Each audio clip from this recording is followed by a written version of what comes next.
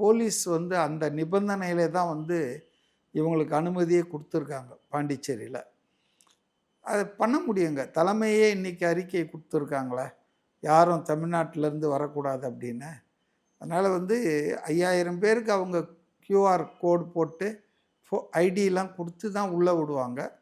இது ஒரு கட்டத்தில் தேவைதான்னு நினைக்கிறேங்க. அதாவது விஜய்க்கு இருக்கிற பாப்புலாரிட்டி, அவருக்கு இருக்கிற செல்வாக்கு எல்லாருக்கும் தெரிஞ்சுது.